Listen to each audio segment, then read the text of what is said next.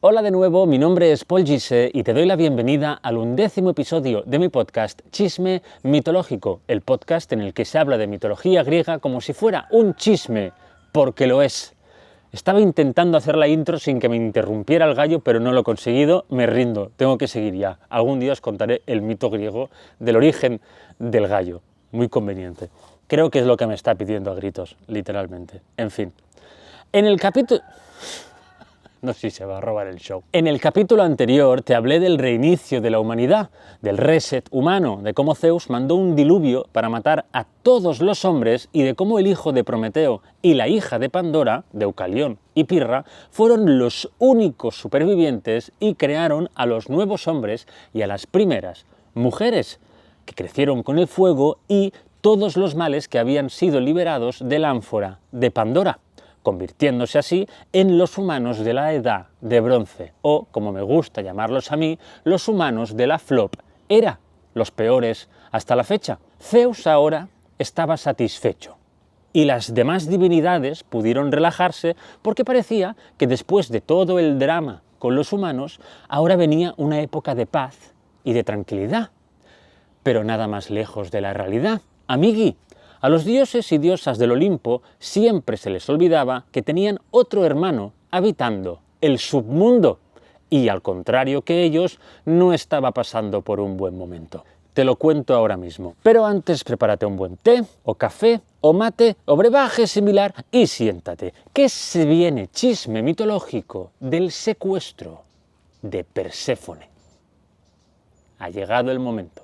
A Hades le había tocado ser el dios del inframundo y hasta que no se crearon los humanos estuvo allí abajo muertísimo del asco.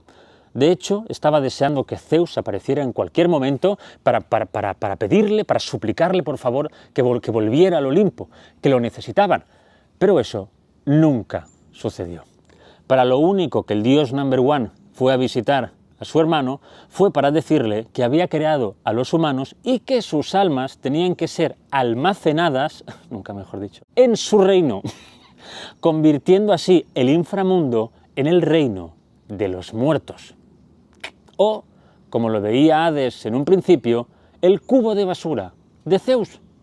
Claro, será un poco eso, ¿no? Su hermano había creado sus juguetes, ¿no? Los humanos, que tenían fecha de caducidad y cuando expiraban, pues dejaban un residuo, el alma, que había que ponerlas pues en algún lado para que no se mezclaran con el resto de humanos que aún no habían caducado. ¿Dónde tienes tú los cubos de basura? ¿Verdad que no los tienes encima de la cocina, que los tienes en el suelo, ahí encerrados en un pequeño armario o como mínimo tapados porque eso huele, ¿verdad? Pues las almas quizá no huelen, bueno, no lo sé, pero había que ponerlas pues en otro lugar, en otro mundo.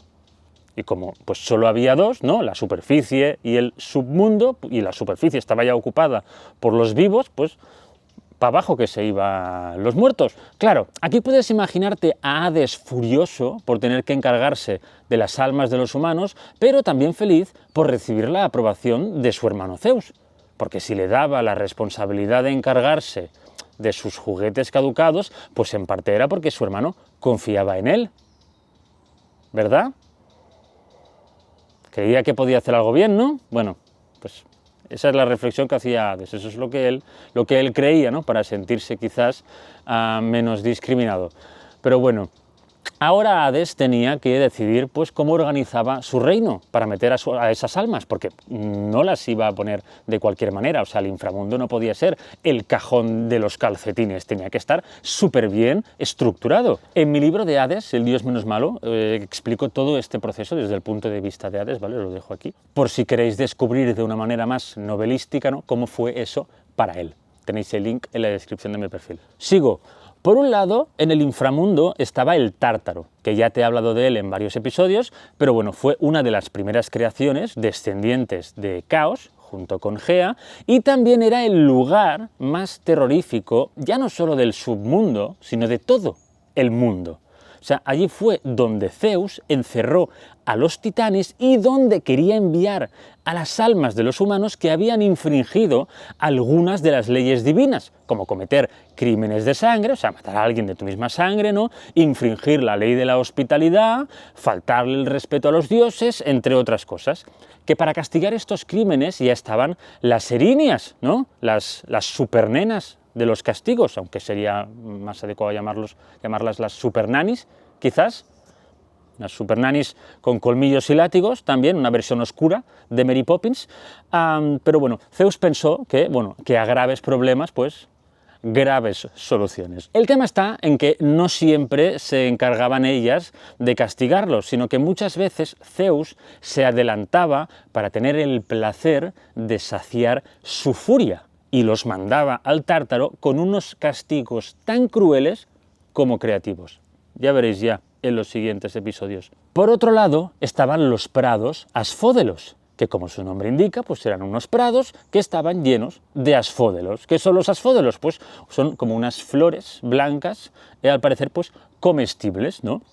El sitio era bastante así que pues se decidió que allí iban a ir las almas de los humanos que habían tenido una vida ¿Y qué quiere decir Pues que no habían destacado ni para bien ni para mal. Yo los llamo los del 5, los del aprobado justo, ¿vale? Y ese era un sitio, pues bueno, pues aburridísimo, ¿no? Como esa gente, tanto que el mero hecho de estar allí ya podía parecer un castigo digno del Tártaro, para según quién. Pero ese era el precio a pagar por ser irrelevante. Qué cruel ha sonado esto, ¿no? Aunque ya te digo yo que 2 minutos en el Tártaro y aprendes a apreciar los asfódelos, ¿eh? Y por último estaban los campos elíseos, el paraíso de la mitología griega. Unos campos preciosos llenos de frutas de todo tipo que nunca estaban ni muy verdes ni muy maduras. Siempre estaban al punto perfecto para comerlas en cualquier momento y había infinitas, o sea, no se acababa nunca eso, era maravilloso. Además, al lado de estos campos estaba el río Lete, o también llamado las aguas del olvido, que para mí es lo que hace que este sitio sea el mejor de todos. Te cuento. Cuando llegabas a los campos elíseos tenías la opción de beber de ese río y olvidar todo tu pasado. Todo. A ver, esto es empezar desde cero en un lugar paradisíaco, ¿eh? Ojo, cuidado. O sea, ese era el poder de estas aguas. Y a ver, olvidar sí es doloroso cuando estás con gente que sí que te recuerda, pero si estás solo en un lugar lleno de almas que ni conoces ni te conocen, ¿prefieres olvidarlo todo o echar de menos para siempre? O, claro, porque o sea, los que iban allí, pues eran héroes, eran semidioses, eran personas que habían conseguido grandes cosas, que no necesariamente tenían que ser buenas personas, ojo, cuidado, pero que habían, bueno, pues de algún modo hecho sentir orgullosos a los dioses. Y yo creo que beber de esas aguas para muchos era de mucha utilidad, porque muchos de ellos arrastraban según qué traumas, según qué cosas que les habían hecho, que habían vivido y que habían hecho que quizás lo mejor para ellos, para poder descansar eternamente, era, pues, olvidar todas estas cosas, ¿no? Así que de algún modo ese era como el antídoto, ¿no? Pero yo creo que poder elegir si beber de esas aguas o no, ya es algo muy heavy. Acuérdate de esta distribución para la próxima vez que alguien te diga que el inframundo es equivalente al infierno cristiano, porque no es así, ¿de acuerdo? Basta ya. En el inframundo estaba lo que sería el infierno, sí, pero también estaba lo que sería el paraíso, el infierno, Tártaro, paraíso, campos elíseos, pero también había un punto intermedio, los prados asfódelos. Eso no lo tienen, ¿eh? La cuestión es que al inframundo iban todos, ¿vale? Todos. Stop cristianización de la mitología griega. Sigo.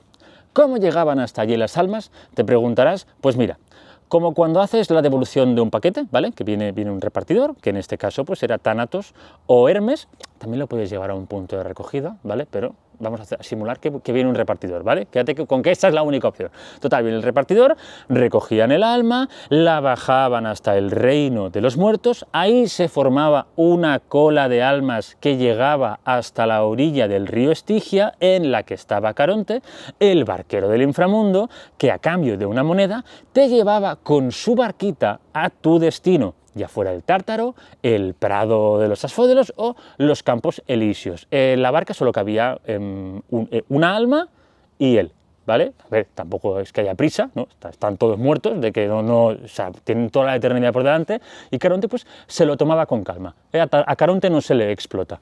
Y quizá te preguntes ahora, ¿moneda? Qué interesante. ¿Crees que ahora aceptará Bizum o tarjeta o Bitcoin? Pues no lo sé, yo de ti llevaría una monedita siempre encima, por si acaso. Más que nada porque si antiguamente pues no tenías una moneda que darle a Caronte, te daba así con el remo en toda la cabeza y te tiraba al río Estigia y te quedabas ahí nadando 100 años. 100 años ahí nadando, que acabas reventado, estás muerto sí, pero acabas reventado, y después ya si eso te saca de allí y te lleva a tu destino. Yo esto lo llamo clasismo post-mortem, porque hasta muerto necesitas dinero. Qué vergüenza. Es que ya me dirás tú, ¿para qué necesitaba Caronte tantas monedas? O sea, pero que ni que hubiera un casino allí abajo. Pero Caronte, por favor. Hades también se hizo pues su propio setup divino, ¿no? Un palacio, vamos. Y bueno, ya lo tenía todo listo para empezar a recibir a los muertos, ¿verdad? Pues al parecer no. Él sentía que le faltaba algo, o mejor dicho, le faltaba alguien. Porque uno no puede ser rey si no tiene a su reina.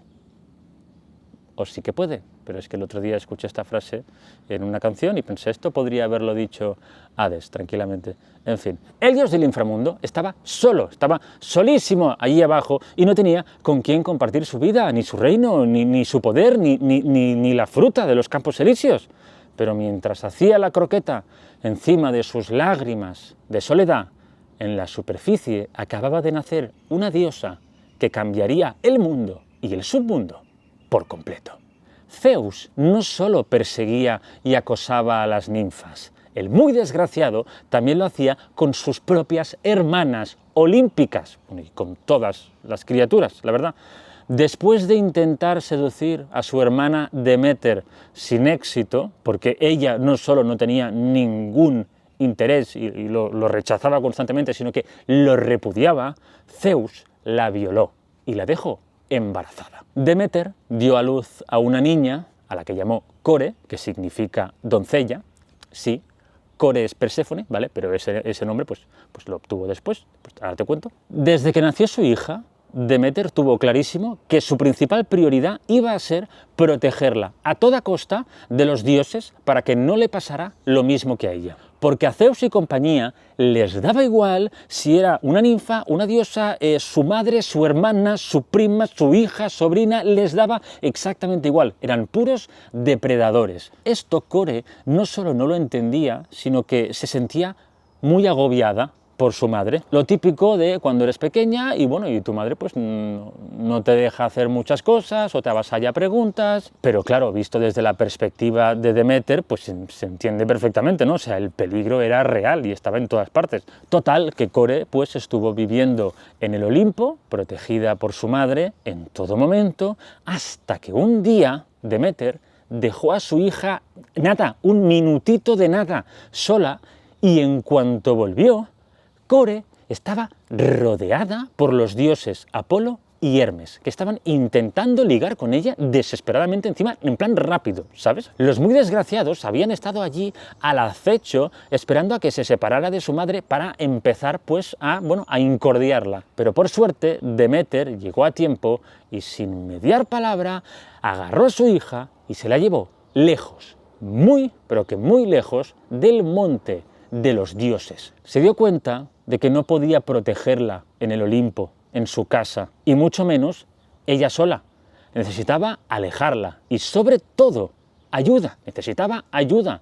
Así que Deméter escondió a su hija en un bosque y ordenó a las ninfas que vivían en él que la cuidaran, que la vigilaran y que sobre todo la protegieran de cualquier criatura masculina, ya fuera un mortal o una divinidad, y que no la dejaran sola ni un solo momento. Pero es que ni un segundo, que hicieran turnos, lo que fuera, eran muchas, podían hacerlo, pero que Core estuviera todo el rato vigilada por alguna ninfa o con alguna ninfa pegada a su espalda. Las ninfas aceptaron, no les quedaba otra, tampoco, todo hay que decirlo, pero Core no se iba a dejar dominar así como así. Piensa que estaba en su etapa adolescente, ¿no? en su etapa rebelde, y puede que pues, no pudiera engañar a su madre, pero a esas ninfas que aún no la conocía muy bien, pues sí. Core estaba hartísima de estar hipervigilada y quería sentir un poco de libertad, quería estar sola.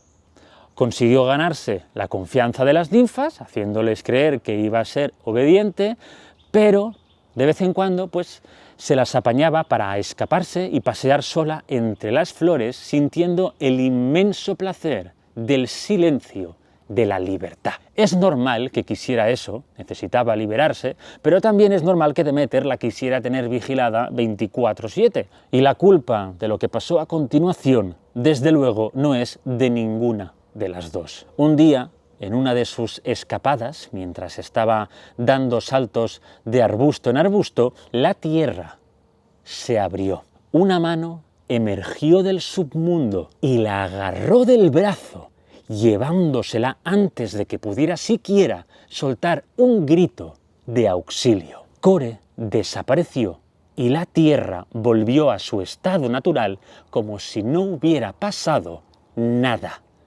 Ninguna ninfa vio lo que acababa de suceder. ¿De quién era ese brazo? Pues del único dios del que Deméter no se preocupó en el momento de proteger a su hija, Hades, el dios del inframundo. Con eso no quiero decir que fuera culpa de ella, pobre Deméter, ni muchísimo menos, sino que es que no te podías fiar ni de ningún dios, de ninguno. Al parecer, Hades, en uno de sus viajes a la superficie, vio a Core, se enamoró de ella, o lo que fuera que sintiese, y la secuestró con la intención de llenar sus carencias afectivas y su reino. Claro está, como te he dicho antes, Hades quería una reina. Claro, tú imagínate a las ninfas desesperadas buscando a Core por todo el bosque durante días sin saber que el dios del inframundo se la había llevado al reino de los muertos.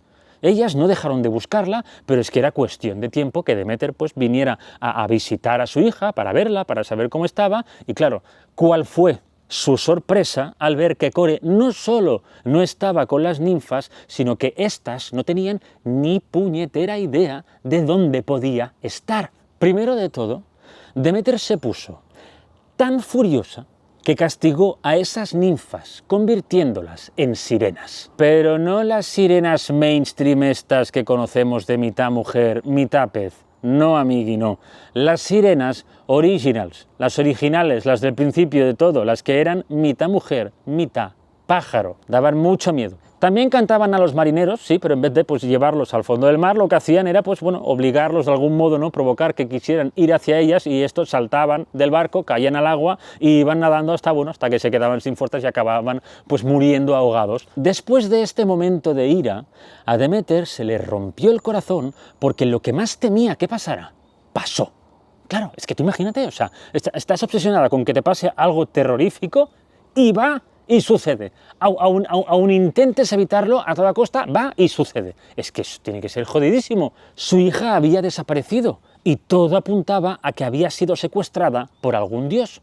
Así que preguntó a todos los dioses de la superficie, incluso los amenazó, pero todos decían que no habían tenido nada que ver con su desaparición y que no sabían quién podía haber sido, o sea, no sabían nada. Independientemente de si eso fuera cierto o no, Deméter estaba convencida de que Core tenía que estar en algún lugar de la superficie, así que le pidió ayuda a su queridísima amiga, la titánide Hécate. Hécate es una de las divinidades más misteriosas y poderosas de toda la mitología griega, ya te he hablado de ella en episodios anteriores, y poseía una antorcha con la que iluminaba hasta el rincón más oscuro de la superficie. Así que Deméter creyó que con su ayuda era imposible no encontrar a su hija. Pero lo que no sabía es que Core no estaba allí.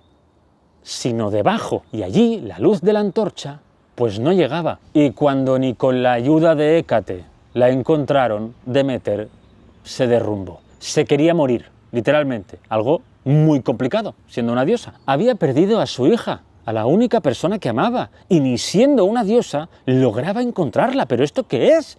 Claro, se deprimió lo más grande y dejó de realizar sus funciones divinas. ¿Y cuáles eran? Pues siendo ella la diosa de la agricultura, su labor era hacer crecer los cultivos de los humanos y, por lo tanto, producir sus alimentos. Y si ella no realizaba sus funciones, los humanos se quedaban sin comer. Y si los humanos se quedaban sin comer, los humanos se morían de hambre. Y si los humanos se morían de hambre, Zeus se ponía muy triste. Pero no porque le importaran los humanos, sino porque solo él podía matarlos en masa con sus diluvios y sus cosas, pero nadie más, nadie más. Eso para él era intrusismo. Hasta entonces a Zeus es que le había importado un huevo la desaparición de Core, que te recuerdo que es hija suya, por si se te había olvidado. También se dice que Zeus fue él quien le dijo a Hades que fuera a buscar, o sea, que fuera por ella, que se la quedara como pareja, como reina. O sea, que fue él quien lo incitó a secuestrarla. O sea, es otra versión, pero a mí me encaja más esta. Que la otra también, porque, o sea, Zeus puede decir, sí, llévatela, pero después al ver cómo Deméter no les da de comer a los humanos, decir, oye, ya devuélvela. Pero a mí me gusta más esta versión. Total, que ahora que a Zeus pues, se le estaban muriendo los Funko Pops, ¿no? Los humanos, ahora ya sí estaba preocupadísimo y muy ansioso por encontrarla. Fue a hablar con Deméter para suplicarle que retomara sus labores de diosa de la agricultura, y ella le dijo que no, que un huevo para ti, que no quería vivir, que su hija había desaparecido y que solo ella pues, podía sacarla de este oscuro pozo en el que estaba metida. Total, que Zeus pues, se puso a buscar por todas partes y a hablar con todas las criaturas divinas y no divinas, preguntando si habían visto a Core. Pero nadie la había visto. Nadie. Y cuando el dios number one estaba a punto de tirar la toalla, miró al cielo y se dio cuenta de que al único al que aún no le había preguntado era Helios, el titán del sol. Así que fue hacia él, le preguntó si sabía dónde podía estar Core y Helios le respondió, sí, está en el inframundo, Hades la secuestró, yo lo vi todo. ¿Qué? O sea, ¿qué? ¿Cómo? Claro, o sea, Zeus en plan, pero ¿cómo puede ser que no hayas dicho nada hasta ahora? Pero que llevamos meses buscándola como locos, que se me están muriendo los Funko Pops, pero ¿cómo se te ocurre callártelo? Pero que Deméter está deprimida y que no hace nada y que no sé qué. Y Helios, tan tranquilo, levanta los hombros así en plan y dice, pues haber preguntado. Mira, porque los humanos necesitaban a alguien que llevara el carro, que si no Zeus lo revienta allí mismo. Seguramente no, porque se hubiese creado otra guerra que hubiese matado aún pues, más humanos, pero bueno, ganas no le faltaron a Zeus. O sea, a ver, yo por un lado entiendo que Helios estuviera molesto, porque al igual que Hades, pues nadie le hacía mucho caso, ¿no? Pero mi rey, o sea, que ha habido un secuestro.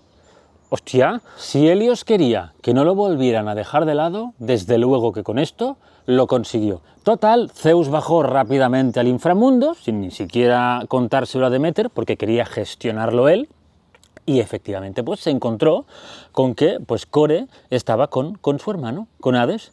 Zeus le ordenó que la liberara, pero Hades le suplicó que por favor que le dejara tenerla como esposa, que necesitaba una reina, pero su hermano pues le dijo que no. Y entonces hubo una discusión en la que Hades pues, le recriminó que no era justo que pudiera tener a todas las mujeres que quisiera y que él no pudiera tener ni siquiera pues una reina, y Zeus dijo que, bueno, que le importaba un pimiento si tenía una reina o si no, pero que no podía quedarse con Core, porque se estaban muriendo los humanos. Total, que al final Hades pues, se resignó, le dijo que ok, que vale, que la liberaría, pero que al día siguiente. Claro. Pues Hades pasó de suplicarle a Zeus que le dejara tenerla como esposa a pedirle que estuviera pues un día más con ella. Zeus pensó que, bueno, que ya no venía de un día y aceptó su petición. Pero Hades no quería pasar un día más con ella para despedirse y ya está, sino que había tenido una idea. En el inframundo había una ley divina que decía que quien comiera algo del reino de los muertos estaba obligado a volver. Pero eso Core no lo sabía. Hades le ofreció una granada y Core comió 6 granos de esa fruta. Y en ese momento todo cambió. Cada grano representaba los meses que Core debía pasar con Hades en el reino de los muertos, dejando los otros 6 para pasarlos con su madre. Cuando Core baja al inframundo, Deméter está triste y todo deja de florecer. A esta época del año la llamamos otoño y que sigue con invierno. Pero cuando Core vuelve con su madre, la diosa de la agricultura se pone feliz y los prados y los árboles vuelven a brotar y a dar sus frutos, que es lo que llamamos primavera, y luego sigue verano. Con este secuestro se crearon las estaciones del año y Core, al convertirse en la reina del inframundo, pasó a llamarse Perséfone, que significa la que lleva la muerte. Hay mucha gente que romantiza esta relación porque se dice que, bueno, que Perséfone con el tiempo acabó enamorándose de Hades, pero yo soy más partidario de dejarlo como un secuestro que en todo caso pues evoluciona en síndrome de Estocolmo. Pero tengo una buena noticia para los que les gusta esta pareja emo, tenebrosilla, ¿no? Y quieren idealizarla y bueno, es que hay una entre comillas posible versión que dice que Perséfone es hija de Zeus, pero no con Deméter, sino con el río Estigia, que es el río este del inframundo en el que Caronte pues, espera a las almas. Y en esta versión pues, todo tendría mucho más sentido y quizá no hubiese ni habido secuestro. Quizá la propia Perséfone, de algún modo, hubiese sido la que dominara a Hades. Te debía una explicación sobre otras hijas de Zeus junto con Temis, ¿no? Las Horas. Pues bien, al contrario de lo que puede parecer por su nombre, o sea, no tienen nada que ver con las horas como tal, ¿no? Pero sí con el tiempo, ¿no? Concretamente el clima. Eran la personificación de las estaciones. Al principio solo había 2, Auxo, que era el verano, y Carpo, que era el invierno, pero con Perséfone pues, se añadió otra, Talo, la que trae flores, que era la primavera, y acompañaba pues, a la reina del inframundo cada vez que volvía con su madre después de pasar los 6 meses con Hades.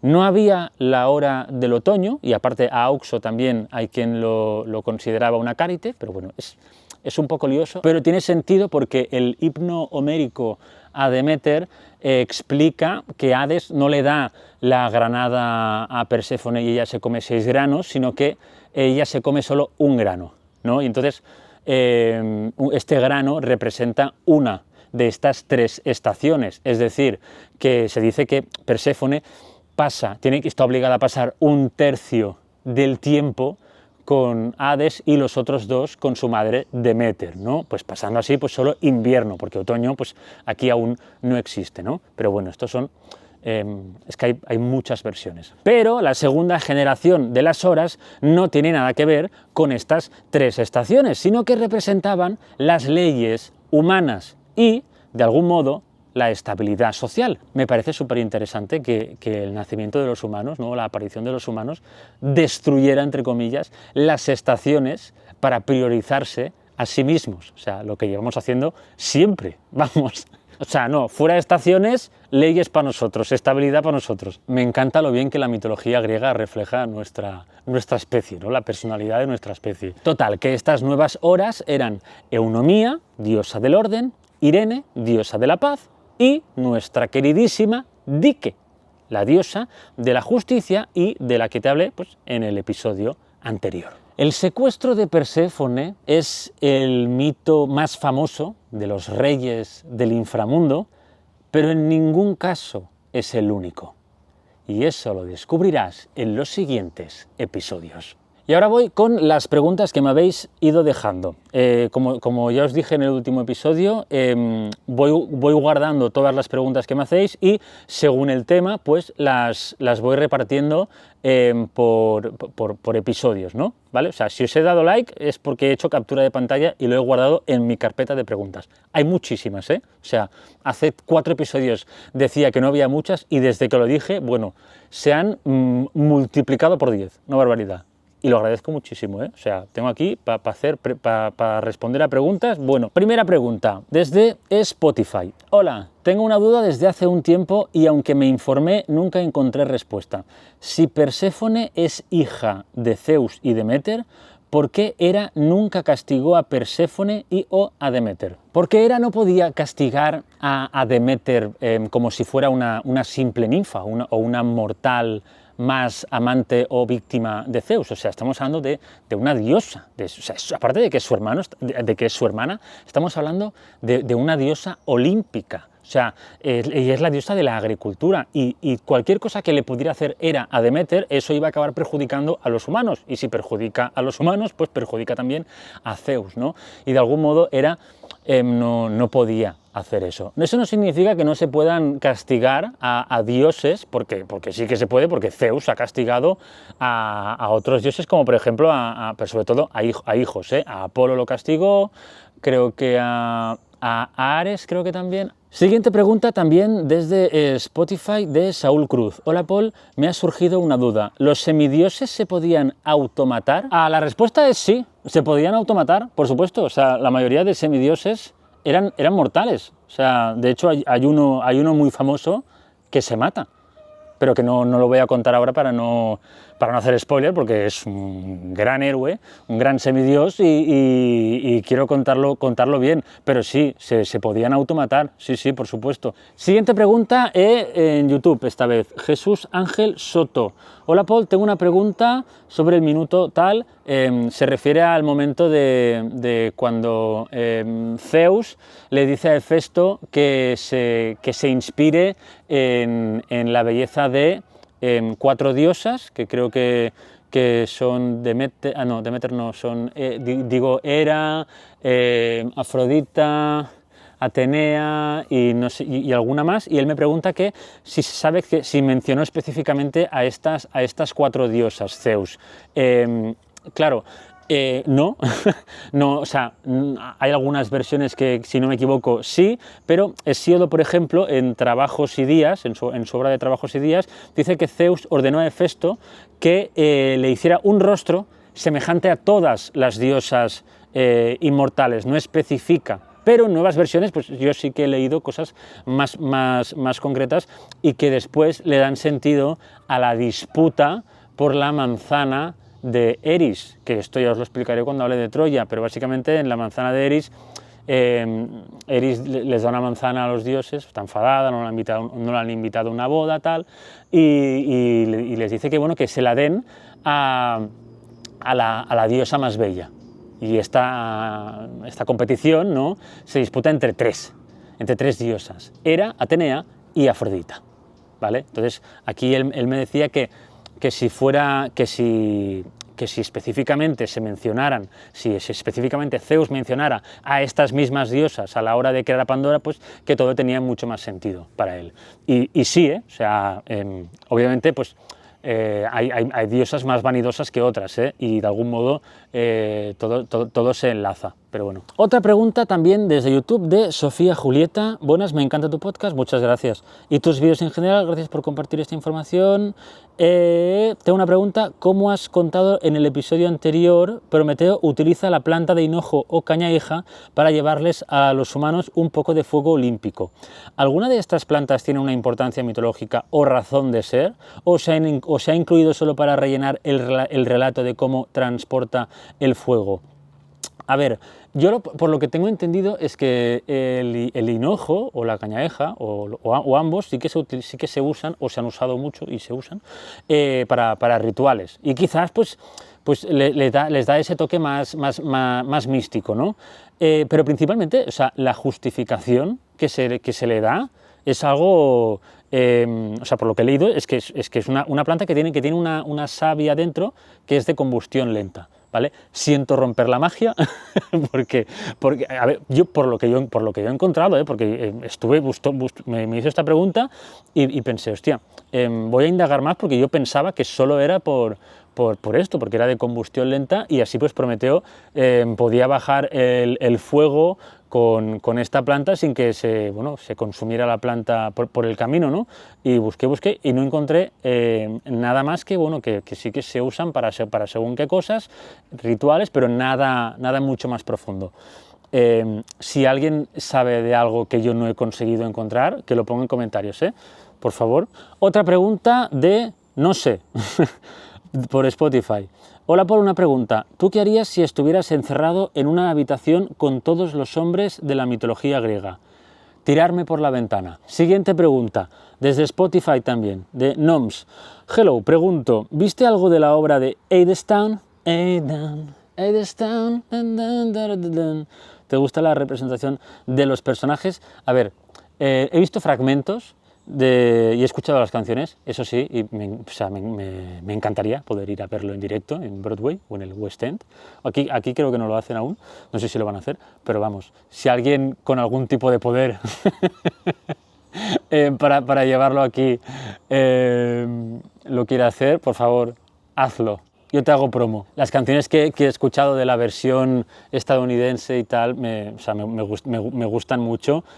Claro, no sé si solo por las canciones ya puedo ver cuánto o cómo han modificado el mito, pero o sea, en el caso de que lo hayan modificado, yo quiero decir siempre que yo soy muy fan de que se cambien, de que se modifiquen los mitos griegos, de que aparezcan nuevas versiones, ¿vale? Yo soy muy fan de esto. A mí nunca me vais a ver, me vais a escuchar decir no lo ha dicho bien, no lo ha explicado bien porque no sé quién. No, nunca, espero que no. Y si lo hago, por favor, call me out. ¿Sabes lo que pasa?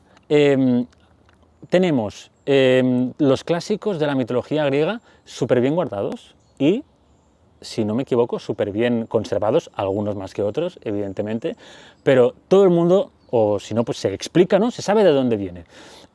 Yo creo que mostrar nuevas versiones por puro entretenimiento, porque no se está diciendo, no, ahora el mito griego es este, ¿no? De este musical, no, no sé, quizás son nuevas versiones, son cosas más frescas, ¿no? Y no sé, a mí me gusta, me gusta ver nuevas perspectivas y ver cómo se modifican personalidades de algunos personajes dándoles otro sentido, obviamente siempre justificado, claro. Yo, por ejemplo, lo que me gusta hacer en mis libros es, como quiero contar pues un mito en el cual hay muchos vacíos, porque en la mitología griega, claro, los mitos te cuentan un mito, pero que está muy resumido, o sea, de una historia que puede ser larguísima, lo resumen mucho, ¿no? Y hay muchos vacíos allí. Y entonces yo lo que hago es aportar nuevas cosas que no están escritas, pero que, según mi opinión, le dan sentido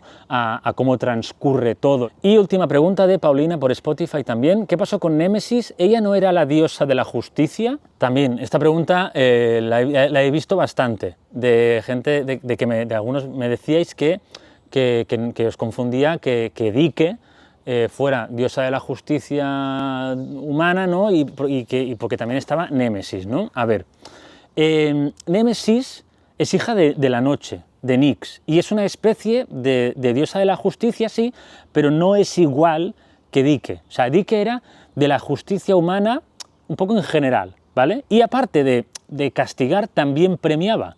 Pero Némesis era diosa de la justicia retributiva y se la asociaba más a la venganza. Justicia retributiva significa que si alguien comete un crimen o un delito cualquiera, el castigo tiene que ser proporcional a la gravedad de lo que ha cometido y así hacer que cada castigo pues sea un ejemplo para el resto, o sea, son castigos ejemplares, un poco ojo por ojo.